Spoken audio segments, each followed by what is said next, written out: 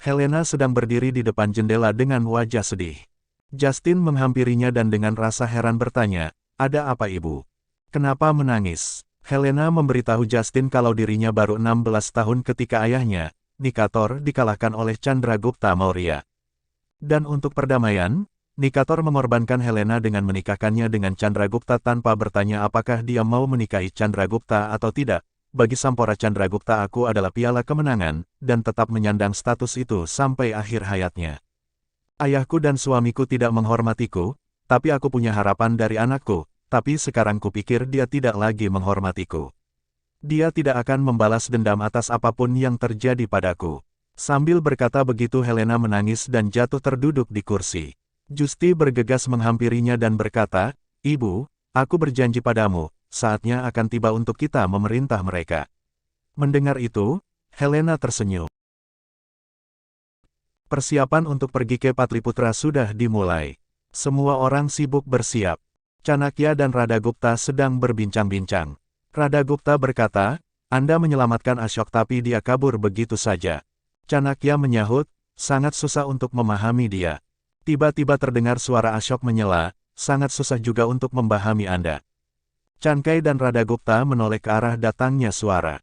Mereka menemukan Ashok sedang duduk di atas lemari dengan santainya. Melihat itu, Chanakya berdiri sambil bersendekap sambil mengamati Ashok. Ashok balas menatap Chankay dengan tatapan lugunya sambil berkata, "Dengan panah itu Anda bisa terbunuh, tapi untuk membuktikan kalau aku tidak bersalah, Anda membahayakan hidup Anda." "Kenapa? Apa hubungan kita? Aku ini apa Anda?" Chanakya dengan diplomatis menjawab, "Aku hanya membela yang benar, anakku." Dengan nada menyesal, Ashok berkata, "Kini aku harus melayani Sampora Bindusara." Chanakya balas berkata, "Kau menghina prajurit karena itu mendapat hukuman." Ashok menjawab dengan ringan kalau dia melakukan itu semua juga karena Chankya, "Anda kembalikan ibuku dan aku akan pergi dari sini." Chanakya mencegah, "Tidak, kau harus dengan kami ke Patliputra." Ashok menyahut, "Aku akan pergi ke sana ketika aku menjadi Sampora." Chanakya menatapnya dengan tatapan yang susah untuk dimengerti. Dharma datang. Chankya yang mendengar bunyi gelang kakinya segera menoleh.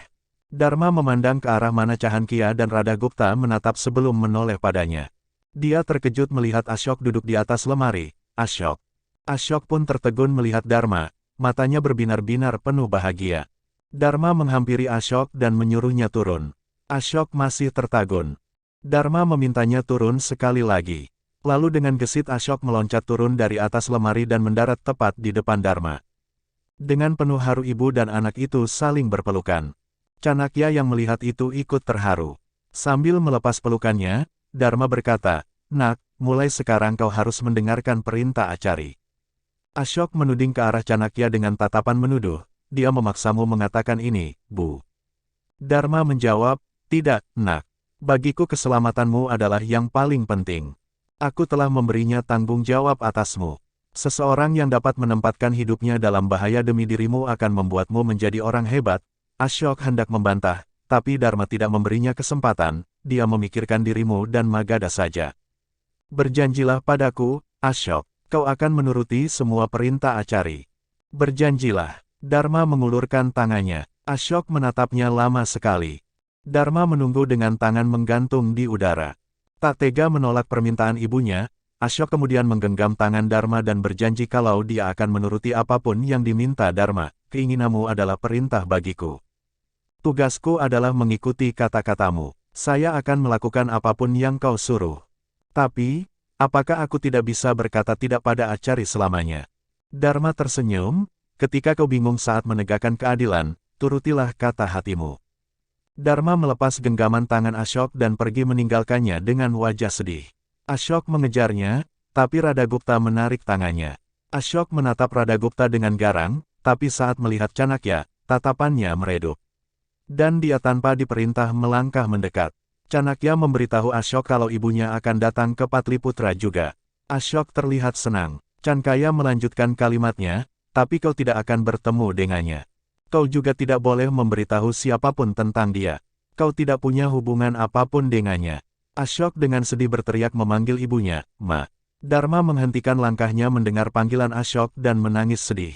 Ashok pun menangis, Dharma menguatkan dirinya, dia menghapus air matanya dan bergegas pergi dari sana. Akhirnya rombongan Bindusara tiba di Patliputra.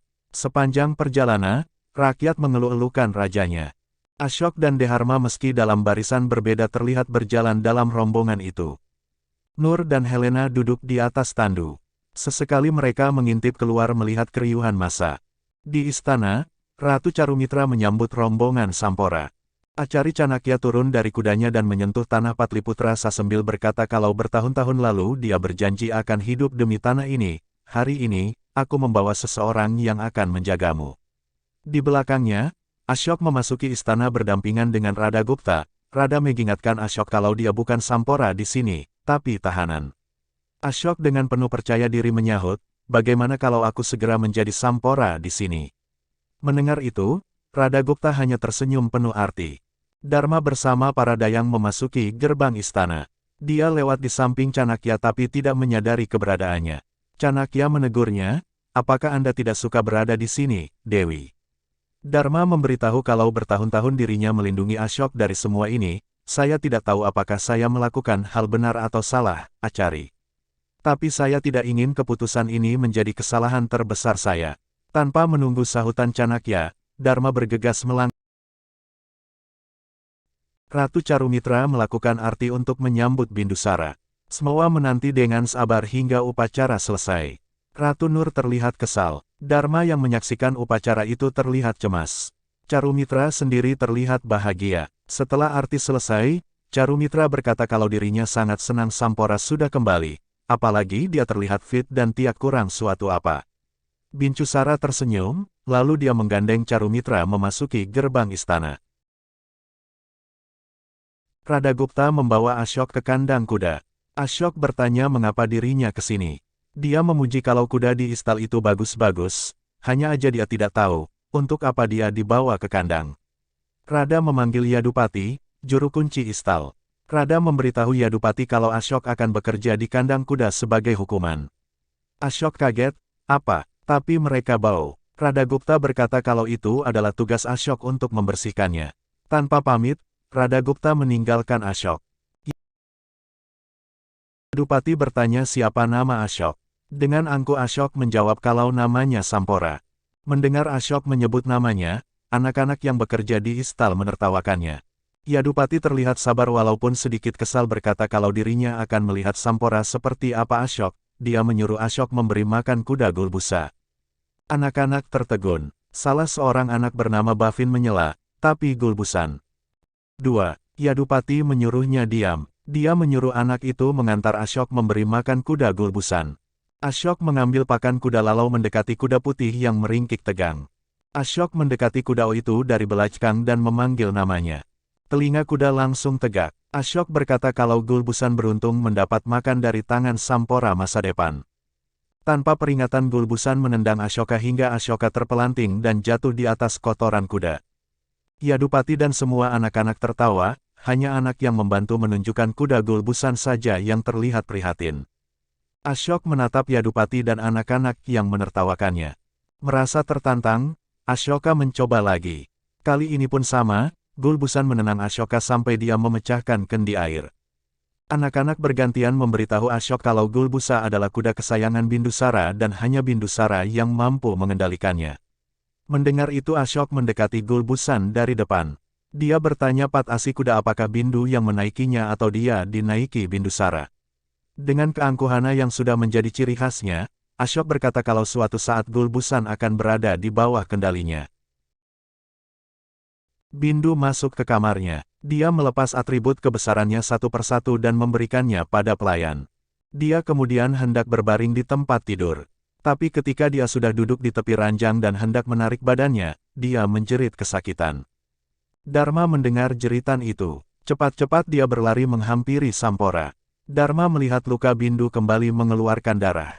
Dharma cepat-cepat mengambil obat. Dengan cekatan dia melap darah di perut Bindu dan mengoleskan obat.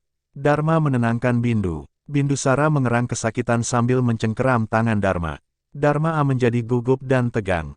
Sambil menahan sedih, Dharma menahan sakit akibat cengkeraman tangan Bindu. Cengkeraman itu baru lepas setelah Bindu tidak lagi merasa sakit. Setelah tenang, Bindu menoleh ke arah Dharma yang masih menutupi wajahnya dengan kerudung. Sampora berkata, kau menyelamatkan nyawa Sampora, kau bisa minta apa saja, apa saja. Dharma menyahut, tinggalkan kekerasan, ikuti jalan damai. Mendengar kata-kata Dharma, Bindu teringat bagaimana Dharmanya mengatakan kalimat yang sama beberapa tahun yang lalu. Dengan rasa ingin tahu, Bindusara bertanya, siapa dirimu? Dharma dengan gugup mengatakan kalau namanya, Subhadrangi. Dengan tatapan menerawang Bindu berkata, aneh sekali. 14 tahun yang lalu seorang wanita menyelamatkanku dan dia mirip denganmu. Kalau aku tidakkah melihat wajahmu di pengadilan, aku pasti menyangka kau adalah dirinya. Sambil berkata begitu, Bindusara membayangkan saat-saat bahagia bersama Dharma. Bindu bergumam, kau tak mungkin Dharma. Dia sudah meninggal beberapa tahun yang lalu. Dia tidak menyukai kekerasan, dan aku telah meninggalkan kekerasan untuknya. Aku Sampora, aku berhutang padamu. Mintalah apapun. Dharma menolak, dia tak mau meminta apapun. Bindu kemudian berjanji pada Dharma kalau dirinya akan menyelamatkan hidup seseorang di masa depan untuk Dharma.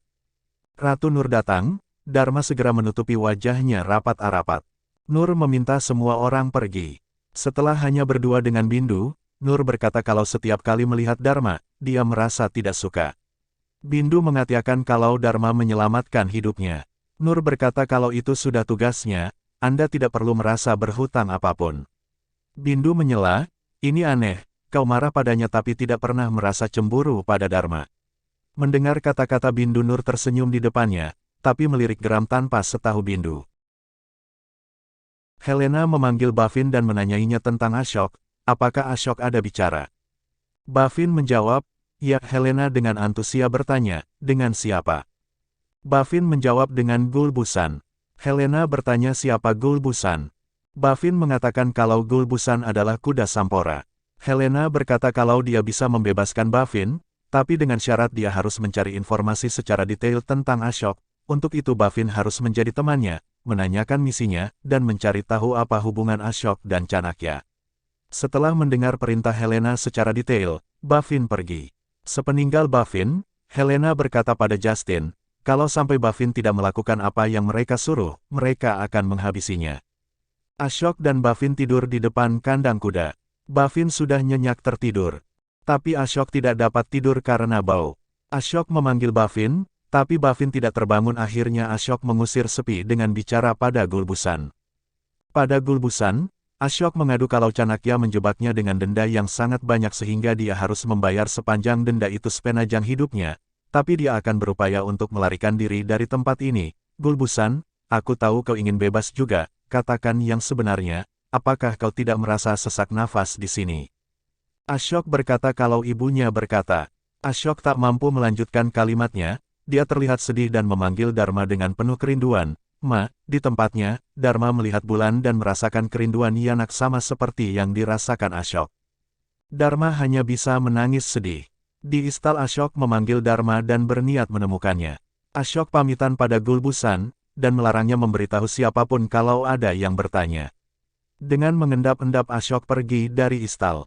Bhavin terbangun dan melihat Ashok keluar dengan pandangan curiga. Ashok menyelinap ke dalam istana. Dia mencoba menemukan Dharma. Karena bingung, Ashok berputar-putara dan tanpa sengaja menyengol obor hingga terjatuh. Prajurit muncul meneriakinya. Ashok kabur dari sana sambil bergumam kalau prajurit-prajurit itu tak punya kerjaan selain mengejar dirinya. Ashok masuk ke ruang singgasana. Dia melihat tahta dan terpesona. Ashok mendekati tahta. Prajurit datang. Ashok segera berlari ke belakang singgasana. Setelah prajurit pergi, Ashok merangkak keluar dari persembunyiannya. Chanakya dari tempat tersembunyi melihat Ashok merangkak dari belakang singgasana persis seperti seekor singa yang pernah hadir dalam mimpinya dulu. Ashok berdiri di hadapan tahta dengan gagah. Dia menoleh ke belakang lalu duduk di atas tahta sambil bicara sendiri.